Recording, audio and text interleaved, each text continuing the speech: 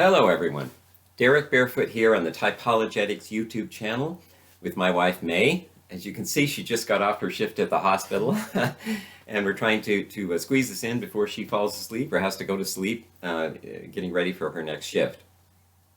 So, as you know, we've been discussing evidence for the resurrection of Jesus, and we're talking about the pattern that we see in the Hebrew Scriptures of God bringing a life out of death. Let's open with prayer. So, Father, please give us wisdom and understanding by your Spirit to apply what we learn from the Scriptures. Amen. Mm-hmm. All right. So we learned that with Moses, with David, with Joshua, with Joseph and Jacob, that they all experienced a period of death-like exile before they accomplished some large task in furthering God's purpose for his people. With David, it was finally giving Israel a victory over her enemies all around, establishing a stable monarchy and nation. In the case of Moses, it was delivering them out of bondage, and on it goes. With Jacob, it was establishing the clan of Abraham in the land as Israel, in fact. Israel, the name was given to Jacob after he returned from his period of exile with his family to establish the land as their home, where the nation would eventually reside. Okay, but so we got as far as Isaac, who experienced a different kind of death, but one that's just as clear. When he was as good as dead, when God asked Abraham to offer him up as a sacrifice, then God, of course, stayed Abraham's hand and gave Isaac back to Abraham. The book of Hebrews says that was like a resurrection. It was like life from the dead, life out of death, as we saw. But I asked the question, was that true of Abraham in some way? He didn't really experience a period of death-like exile comparable to those figures that we've talked about, David and Moses and Joshua and Joseph, but it is true.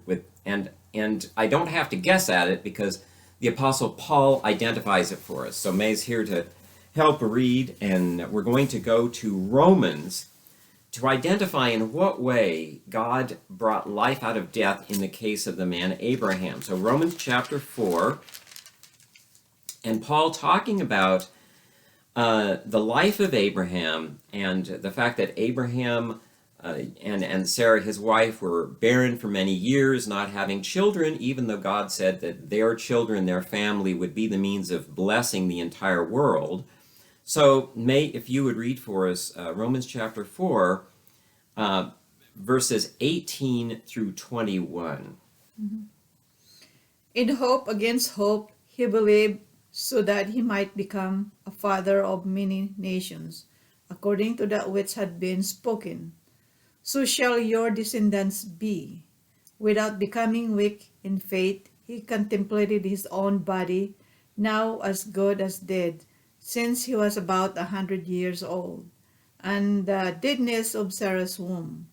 Yet, with respect to the promise of God, he did not waver in unbelief, but grow strong in faith, giving glory to God, and being fully assured that what God had promised, he was able also to perform. Okay, so notice here, it happened a little different with Abraham.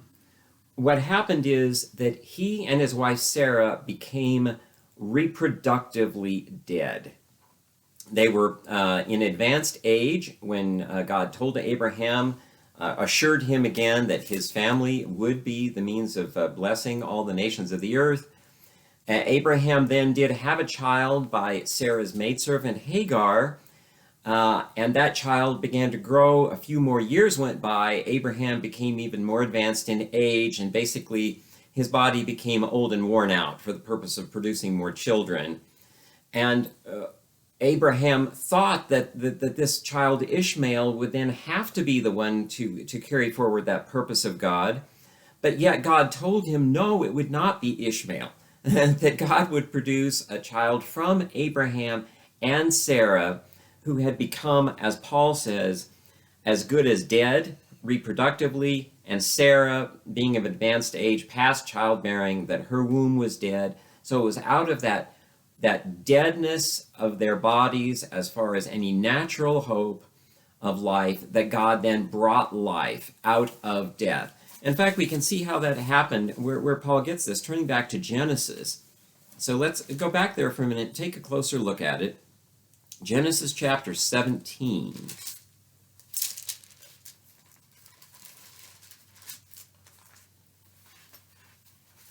So Genesis chapter 17, and we'll read where God is speaking to Abraham. This is after Isaac had been born. Ishmael. Ishmael had been born and was growing. And then God gives a word to Abraham about the situation of,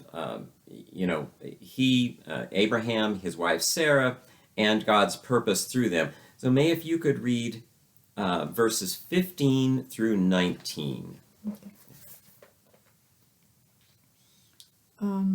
Then God said to Abraham, "As for Sarai, your wife, you shall not call her name Sarai, but Sarah shall be her name. I will bless her, and indeed I will give you a son by her. Then I will bless her, and she shall be a mother of nations. Kings of peoples will come from her." Then Abraham fell on his face and laughed, and said in his heart, "Will a child be born to a man 100 years old? And will Sarah, who is 90 years old, bear a child?" And Abraham said to God, "Oh, that Ishmael might live before you." But God said, "No, but Sarah, your wife, will bear you a son, and you shall call his name Isaac, and I will establish my covenant with him for an everlasting covenant for his descendants after him." Okay, so did you get that? Is that Abraham laughs at the idea of him and Sarah having a child, and of course that word laughter is the root of the name Isaac. That their child will be called Isaac because Abraham laughed. We'll see that Sarah laughed. Both of them laughed at the idea that this could happen, that God could bring life out of their dead reproductive bodies, reproductively dead bodies, I should say. And see in 17 where it says Abraham fell on his face and laughed, and then basically expressed that it would have to be Ishmael. And God says, "No, it's going to be you and Sarah. I'm going to bring life out of death." So that's the first occurrence of this laughter. Now let's turn over to chapter 19, just a couple pages over. And 18. I'm sorry, I told you one too many. Chapter 18. And when God came to visit Abraham later, let's look at verses 11 through 14. 11 through 15. Let's read. Okay. Now Abraham and Sarah were old, advanced in age. Sarah was past childbearing. Sarah laughed to herself, saying, "After I have become old, shall I have pleasure, my Lord, being old also?" And the Lord said to Abraham, "Why did Sarah laugh, saying, Shall I indeed bear a child when I am so old? Is anything too difficult for the Lord? And the appointed time I will return to you, at this time next year, and Sarah will have a son." Sarah denied it, however, saying, "I did not laugh," for she was afraid. And he said, "No, but you did laugh." You did laugh. Okay, so now we have both Abraham and Sarah have laughed. And so, and then later when the child is born, Sarah speaks about laughing with joy at the surprise of this happening. So their unbelieving laughter, their skeptical laughter turns to joyful laughter when God brings about this event. But she expresses these same sentiments, and that's why Paul says that Abraham believed that God he calls into being that which is not. He can call life out of death, as we've been saying. So we have a good example of that here in Abraham. Just a note on this. Did you know there's very little laughter in the Bible? Okay, so there are very few cases of narrated laughter. That is, where it's telling a story in the Bible, and then in the story, as it's telling it, a character laughs. There are almost none. Most of the places laughter is mentioned, it's hypothetical laughter, it's poetic. In the Psalms, God will laugh at the nations, or something or other. There will be laughter among the creation, or whatever it might be. In Job, there's that I will laugh, or I did laugh. But narrated laughter is, I believe, this is about it for the Hebrew Bible. There might be one other instance or two, but I believe that these are our main examples of narrated laughter. And likewise, when we get to the New Testament, we don't have much narrated laughter, but I'll show you where we do have a rare instance of it. So let's go to the Gospel of Mark and look over at chapter 5. And this is the instance where Jairus, he's a synagogue official, comes to Jesus and says that his daughter is near death with an illness. And Jesus says that he will come and heal her. Jesus is delayed along the way to do a healing. And in the meantime, messengers come from the house saying that your daughter has died. Don't bother the teacher any longer. So in other words, Jesus can't heal her from illness now because she's beyond that point. She's died. All right. But Jesus says, no, just believe, and we'll continue to the house. All right. So May, if you could read for us Mark chapter 5, we're going to read verses 38 through 42. They came to the house of the synagogue official, and he saw a commotion and people loudly weeping and wailing. And entering in, he said to them, "Why make a commotion and weep? The child has not died, but is asleep." They began laughing at him, but putting them all out, he took along the child's father and mother and his own companions and entered the room where the child was. Taking the child by the hand, he said to her, "Talitha cum," which translated means, "Little girl, I say to you, get up." Immediately the girl got up and began to walk, for she was 12 years old, and immediately they were completely astounded.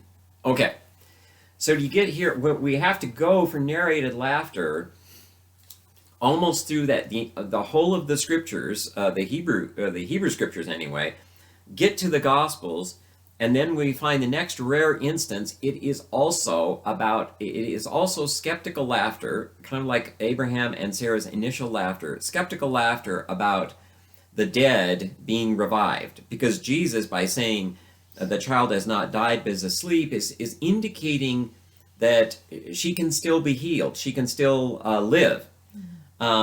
The crowd perhaps thinks that, he doesn't know that she's really died, that he's mistaken about her condition, or in any case, they get the point that he thinks there's still a hope for the girl, or is indicating that there is, and they believe that it's been confirmed that she's dead. So it says they began laughing at him. And so once again we have this laughter connected with this utterly improbable event of God bringing life out of death. So here, in the case of Abraham and Sarah, it was bringing life out of their dead reproductive organs, as it were. Here, it's actually resurrecting this little girl who has died. And we see that connection between the two of them, that from a human situation, it's so hopeless, it's so ridiculous to think about a person who's truly dead being revived. That just doesn't happen in the natural course of things. So people, of course, are disbelieving till they actually see it. And like it says here, they in the end it says they were completely astounded by it. Sort of like Sarah was astounded with joy that she was actually able, with God's help, to have a child. All right, so we see this pattern of God bringing life out of death has gone back deep back into the Bible.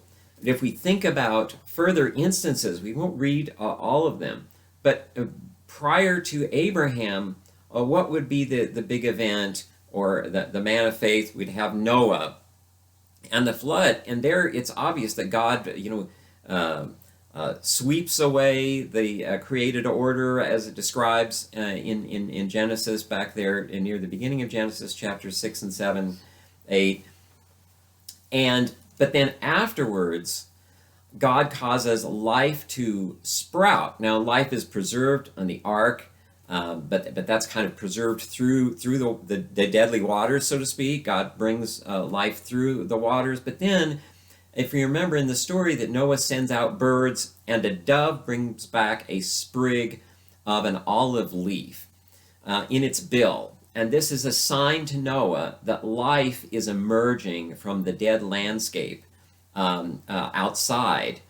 And we find later that this little sprig, as it were, now the word is not the same, but the idea is the same when later we find the Messiah described as a branch, and David's family as an olive tree. That's how David and his family are represented. So we find that sort of there's a little prophecy, I think, hidden in that whole enactment, where the dove, of course, associated with the Holy Spirit, we find later, like at Jesus' baptism, where the dove brings this olive leaf, this sign of life emerging out of a dead situation, and Jesus Christ, of course, is the ultimate fulfillment of that, the Messiah who is actually brought back from the dead by God. So this theme of life out of death goes back behind Abraham, and it goes back all the way, in fact.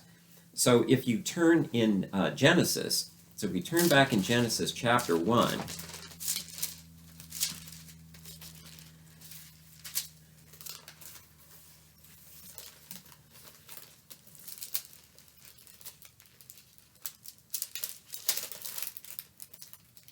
so Genesis chapter 1, and we're going to hold our place there because we're going to look at a couple of other scriptures, and I don't want us to lose our place in Genesis 1.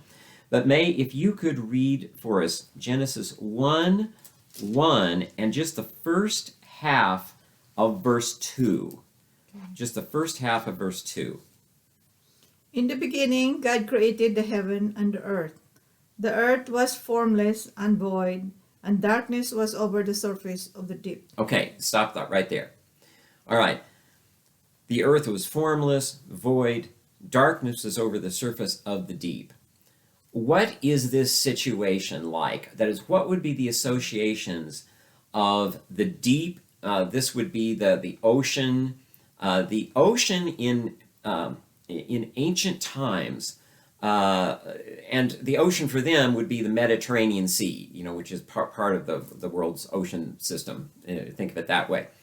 The ocean was a place of death and danger. Think about it. They found it necessary to travel across the ocean at times by ships, but it was a highly dangerous, subject to shipwreck and storms that would suddenly, bring death, just unexpectedly, unpredictably. Also, think about there were strange creatures that lived there. Some of them large and threatening. Think of sharks and strange creatures like octopuses and so on, that you wouldn't find in a freshwater environment. You would find in the ocean, that gave it that strange, threatening character. And then the water of the ocean, the water of the sea, as opposed to the water of lakes and rivers, could not be used to irrigate. You could haul it from the beach and try to put it on your crops, and it would simply kill them, okay, because it's salt water, of course, we know that. But see that there was so much associated with the ocean that was threatening, dangerous, death-dealing, so much so that it became a sort of a stand-in or a symbol of death itself, or of the grave. So I'll give you an example of that. If you turn back to Romans, now keep your place in Genesis 1, please. Keep your place there, and turn back to the book of Romans, and we're going to go to chapter 10.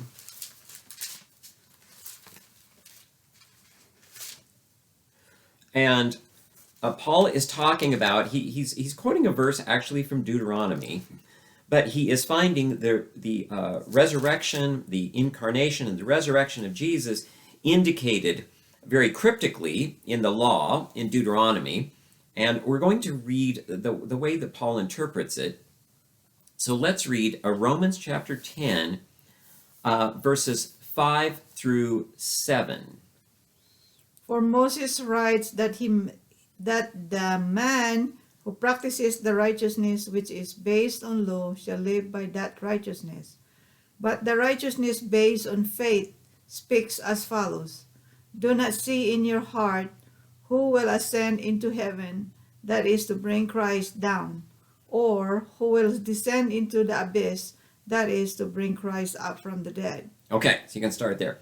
So Paul is actually quoting where God told Israel in Deuteronomy that they didn't have to travel across the sea or go up to heaven to get his word, because he says it's near them, in your own mouth, in your own heart. They were learning it. They had the law given to them through Moses, so they had that word. But Paul sees something deeper hidden in that, where he says, Paul changes who will go across the sea, which is what we read in Deuteronomy in the Masoretic text.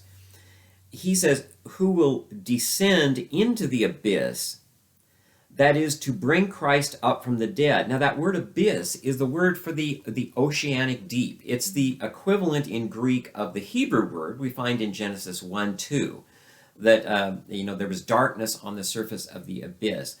So Paul actually uses the abyss or the ocean as a stand-in for the grave, that Christ was, so to speak, brought up out of the abyss, the great ocean deep, when he rose from the dead. We wouldn't usually think of it that way, but they were more or less interchangeable. The depths of the earth, the depths of the deep ocean, are a place where it's irrecoverable of things that go into a grave like that. A deep, dark, mysterious void from which nothing ever really returns or comes back to the extent that they stand for the grave. And we have the abyss here. There are other scriptures we could go to similarly to demonstrate that the abyss can be another word for the grave. Okay, so when we're reading in Genesis, darkness, and the earth was formless and void, this could be a situation of dissolution, like a body that goes into the ocean and then slowly decays out of sight at the depths. It will never be coming back. It's gone forever from any natural point of view. So we seem to be almost looking at possibly a grave, the darkness shrouded deep, in which is dissolution, formlessness. It might be decay, except that there's another possibility that comes into view that just out of nowhere, out of this sort of this grave-like description, put it that way. It's like describing the grave in imaginative terms that are highly evocative of the void. Now let's read the second part of the verse. Okay, May? So back in Genesis 1, read the second part of verse 2. Just the two. Yeah. So it says the darkness was over the surface of the deep, or the abyss. That's a valid translation. What's the next part? And the Spirit of God was moving over the surface of the waters. Okay. This is a sudden change of perspective. It's a sudden change of perspective from a death-like, grave-like circumstance to a womb-like circumstance. All of a sudden, we see that what we might have thought was the darkness of the grave was the darkness of the womb, the dark place where new life comes from. Because we know that because it says the Spirit of God. All right? The Spirit of God was moving. Now this darkness of the grave becomes a kind of embryonic darkness. It's a sudden shift that life is going to be brought out of this deep, dark void is actually going to become the cradle of new life. So to show you that how that works, let's turn to Psalm 139.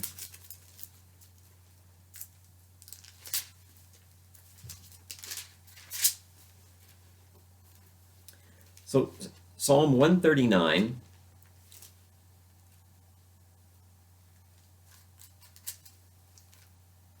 And here it's a meditation on God's foreknowledge and God's foreordination of the life of the psalmist, who's identified as David. And in verse 13 of Psalm 39, we have a description of his embryonic state. So I'll go ahead and read the first part of this. We're going to read 13 through 16. He says, "For you, that is God, formed my inward parts. You wove me in my mother's womb. I will give thanks to you, for I am fearfully and wonderfully made. Wonderful are your works, and my soul knows it very well." Now, May, if you would read verses 15 and 16. My frame was not hidden from you when I was made in secret and skillfully wrought in the depths of the earth. Your eyes have been my unformed substance. Have seen your eyes have seen. Right? Your eyes have seen my unformed substance, and in your book were all written, the days that were ordained for me, when as yet there was not one of them. Now, I don't know if you caught that, but we know that David is talking about when he was formed in the womb. But he then says, and when he repeats it, he says, when I was skillfully wrought in the depths of the earth, at the end of verse 15. Well, how was David put together in the depths of the earth? It's because his mother's womb was a deep and dark place, like the depths of the earth, which are also what? The grave. Remember, Jesus said the Son of Man will be in the heart of the earth when he would be in death. When he would be in the grave. And he says in verse 16, your eyes have seen my unformed substance. Now, it's not the same Hebrew word that we have when it says the earth was formless, but it is synonymous, more or less. It is conveying a similar idea, that there's a certain formlessness to the embryo. It's just beginning to form and take on shape as a human being. But it also has that sort of in between. In other words, when we're looking in Genesis, it could be a situation of dissolution, but now and of decay and of everything associated with death. But it could be also the formlessness associated with something about to be born. And so David describes his birth that way, as being in a grave-like darkness, and yet it is where God is bringing life out of, and the formlessness is in that respect. There's one more that we could take a look at where we just have time here, and that is in Ecclesiastes. So Ecclesiastes, just after Proverbs, which is right after Psalms. So if we just go forward a little bit, so we go to Ecclesiastes chapter 11, and we're going to look at verse 5. Now, this is sort of this is either clarified or obscured a little bit by the translation you happen to be reading. But the NASB, which is what we're reading from, it does a fairly good job of it. So we're going to go with that and read it and then discuss it. So May, if you would read verse 5 of Ecclesiastes 11.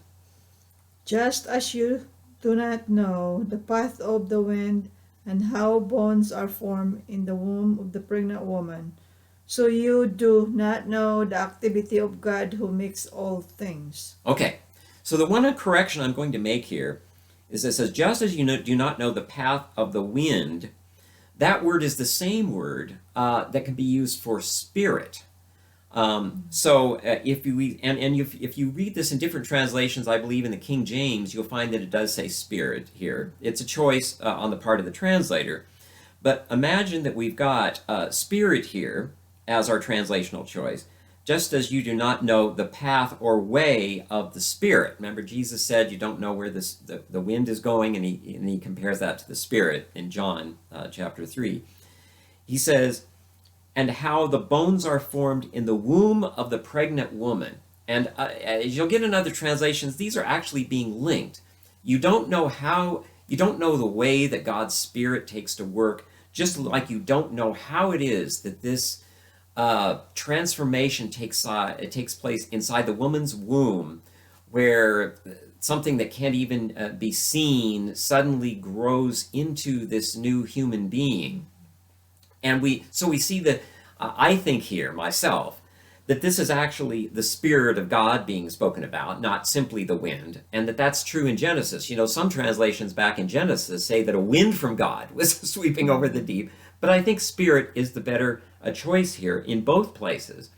That in effect, the Spirit of God works, in fact, the Spirit of God works in the womb of the pregnant woman through the various laws that God has put in place that govern the formation of life in the biological sense. But we find this linkage between the life-giving Spirit of God and what happens in that darkness of the womb. So my point is this: right from the very opening of Genesis, we have a hint of God bringing life out of death. It's a theme that's there in the Hebrew Bible, but it's not a theme that just flashes itself like a neon sign. It's actually something that you have to be on the alert for in order to discern. And we'll speak about that next time because our time is up for now. Thank you, May, for helping us. I know she was tired and we didn't have another time to do this, so this has been a sacrifice for her to make. But keep your comments, questions coming, and we'll close with prayer. Father, thank you for what we've been able to consider from the Scriptures. Please guide and direct and guard us by your Spirit till we're together again. Amen. And we'll see you next time.